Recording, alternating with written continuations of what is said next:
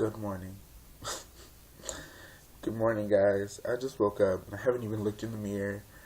But I wanted to make this video while it was fresh on my mind. So, Mercury retrograde is happening again. And for a lot of people, this is sort of a very delicate time because they don't know how to handle stuff. And it's like 10 o'clock in the morning. It's Sunday, so everybody sleeps until like 12. But like my little sister is up. I don't even know. Anyway, it's retrograde started yesterday. It started October 4th, and it'll go on for 21 days to the 25th, I think.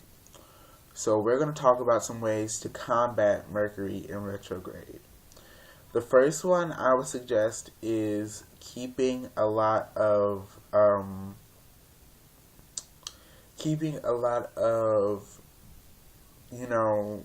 lapis lazuli around you, a lot of crystals that are good for communication and helping with your communication, and also helping to receive information clearly, because a thing about Mercury retrograde is it's misinterpreting information in spoken word, and it's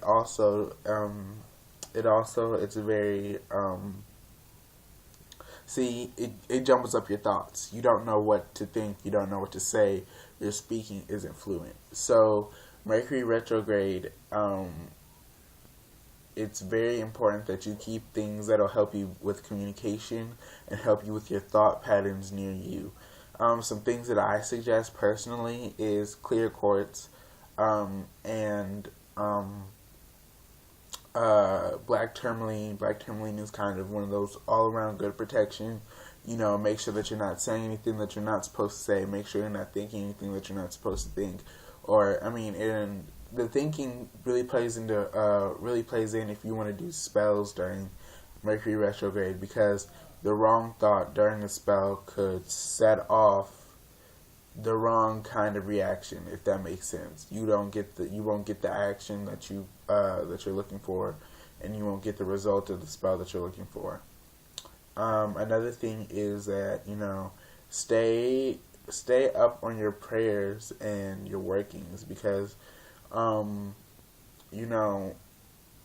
if you have a particular psalms that you pray for protection or for communication or for clarity of mind, those are really good. I personally use Psalms 23 for clarity and protection, and I use it for love too. Psalms 23 is it's like, if I had my own personal psalms that just belong to me, I would say it was Psalms 23, because whenever I read it, and no matter what form I read it in, whether I'm reading it from a New Revised Standard Bible or whether I'm reading it from a King James Bible, I always have this feeling and this awareness of everything is going to be okay after it's been read. It's very important, and I also think it was like the favorite songs of my great grandma, because when she passed away in January, and when she passed away, they put it on her on the program of her funeral. So it has a lot of power behind it, and it has a lot of meaning to my family. So, and I love the Psalms. Next, Mercury retrograde. The Seals of Solomon. There are lots of Seals of Solomon that deal with Mercury and communication. One in particular is, I believe it's like the third. I have to check my spell book. That was my phone going off.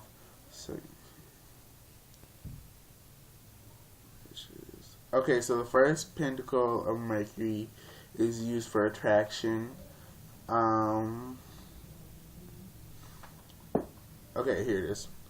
The third pinnacle of Mercury is very good for, spirits, for helping you communicate things better and helping you with writing and stuff like that. So that is a very important, and I'm sure if you look up the third pinnacle of Mercury, you'll find information on it. So using the seals of Mercury, and let's talk about candle magic a little bit because I haven't really talked about that. When doing candle magic, it's probably best to have a candle lit to the ancestors, and maybe associate this candle with Mercury. So it's sort of a thing that people use a yellow colored candle for Mercury, or they might use a rainbow colored candle because, and that stems from, like I said, it stems from like the Kabbalistic beliefs of Mercury doesn't have one color. It's so multifaceted that it has a lot of colors. Like if you read in depth the Seals of Solomon, and it explains how the seals are to be crafted and like what colors are associated with the seals, it'll say for Mercury multicolors, and what that means is that like there's not just one color that's for Mercury. There's a lot of colors that are for Mercury. Some people also use purple for Mercury. I personally think that a white candle to the ancestors is a very good thing to help with this time, just to make sure everything is okay. And especially if you want to think about when this retrograde is happening. It's happening in October.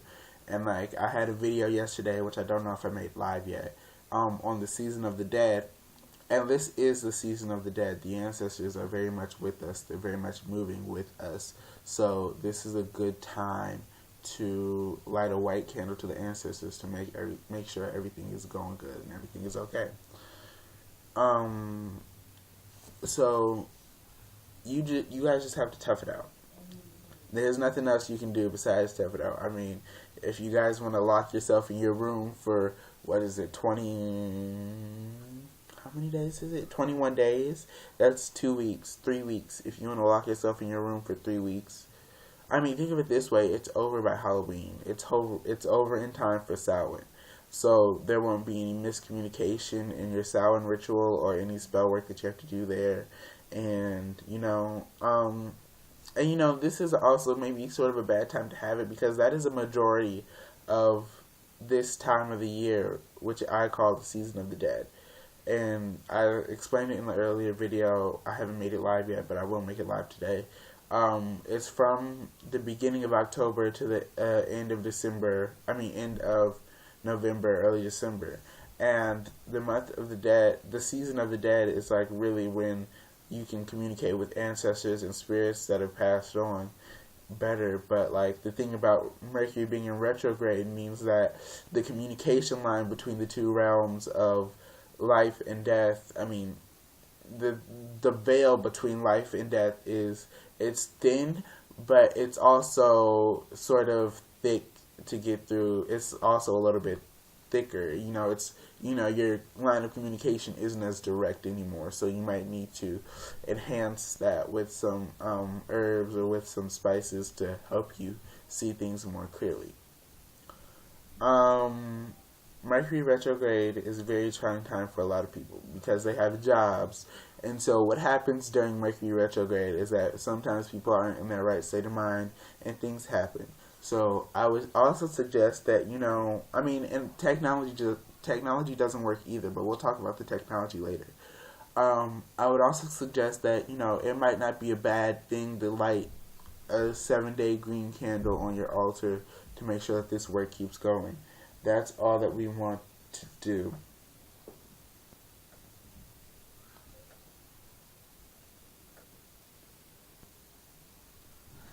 I'm sorry guys, I had to check something. It's very important that, what did I say, green candle for at least 3 days. And you might want to add some, signs that, relate to Mercury, relate to you being stable in your mind, just so you don't do anything rash or reckless at your job.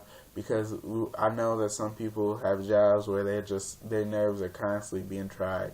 So, it might be a good idea to just light one green candle for each of these, one 7-day green candle for each of these days. The last thing I want to talk about is technology. Like I said, technology doesn't work well. Wi-Fi, the computer, satellite. I have not experienced any satellite or Wi-Fi issues yet, but it's not even the first week yet. I mean, it won't be the first week until next Saturday. So technologically speaking, what it might be a really good idea is to keep a lot of pyrite around you and a lot of unikite. Unikite is more for, transforming that negative energy that has to do with computers, like the radiations that come off of cell towers or the radiation that comes off of computers, and it sort of blocks that. But it might be a really good idea to keep pyrite around you, because pyrite is very, I don't know why, but whenever I look at it, I think it's sort of the metallic color of it. I associate it with technology, and more importantly, hard drives, dealing with computers.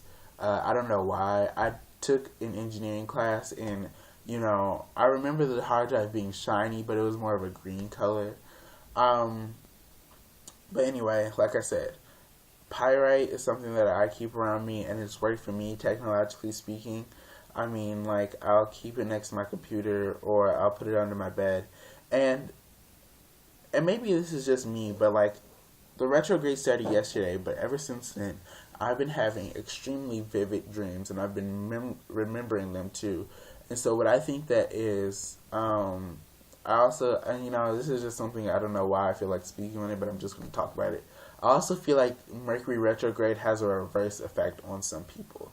Instead of confusing them or making them unfocused or making them, what's the word I'm looking for? Unarticulate with their words, and it makes the opposite of what's supposed to happen. So a person that's normally focused is unfocused and scatterbrained and isn't clear in thought. But a person that is normally not focused, the person that is normally scatterbrained, the person that is normally I'll procrastinate on something, they're more focused and they're going to get stuff done. And so if you feel like you're one of the person that retrograde has a reverse effect on you, it's better for you than it is worse for you, then I suggest that you fully use that to your advantage. Use it to do spell work, and use it to do ritual work and candle lighting magic and crystal magic. And if you still have that green thumb, if nature is still green for you, then go out and do that. Go out and do that green magic, plant those herbs, and do something with that. Because when you have something that works for you, you should take advantage of it instead of, going with the masses. Because not everything is for everybody. So, Mercury retrograde isn't for everybody. It's actually, Mercury retrograde isn't meant to work against everybody. It's meant to work for some people, and it's meant to work against somebody. That's the way nature keeps its balance. Some things work in other people's advantages. Some things don't work some things don't work in another person's advantage. I just kind of think of that as like the evolution, adaptability.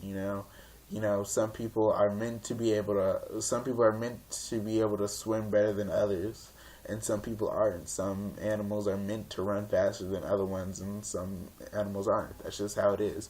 Mercury retrograde is meant to work for some people, and it's meant to work against other people, and that is a very interesting thing if you really want to think about it, because we've been told that retrograde is this thing that we should kind of be, a little bit weary of, because, I might have troubles at work, and I might have troubles with my technology, and I might have troubles with communications in my relationship. But for some people, it's the exact opposite. This relationship is awesome during Mercury retrograde, and there are enough Mercury retrogrades in the year, so I wish Mercury was, and I'm more focused during Mercury retrograde, and I give better speeches during Mercury retrograde, and I'm just so much smarter during Mercury retrograde, and retrograde this and retrograde that, and I'm so smart during this retrograde, and retro, blah, blah, blah, but for some people it's the other way. And so I think this just turned into a sort of a rambling, so I'm just going to go back over my main points. Use things to combat this that you feel are going to work for you. What I've given you is what has been tried and tested by me, but you should always try things yourself and figure things out for yourself. And also also go look at other sources, because I've said this in another video, I'm not the end all be all when it comes to this information. You know, if you want to go look it up in a book, if you want to go, you might just want to channel it from spirit, because what sometimes people think of doing, when sometimes people throw random stuff together and I'm like, this isn't channeling, this is just me throwing stuff together. But that's you channeling stuff from spirit. Spirit is guiding you into what to put in there and what not to put in there, and you've just cut out a process of divination.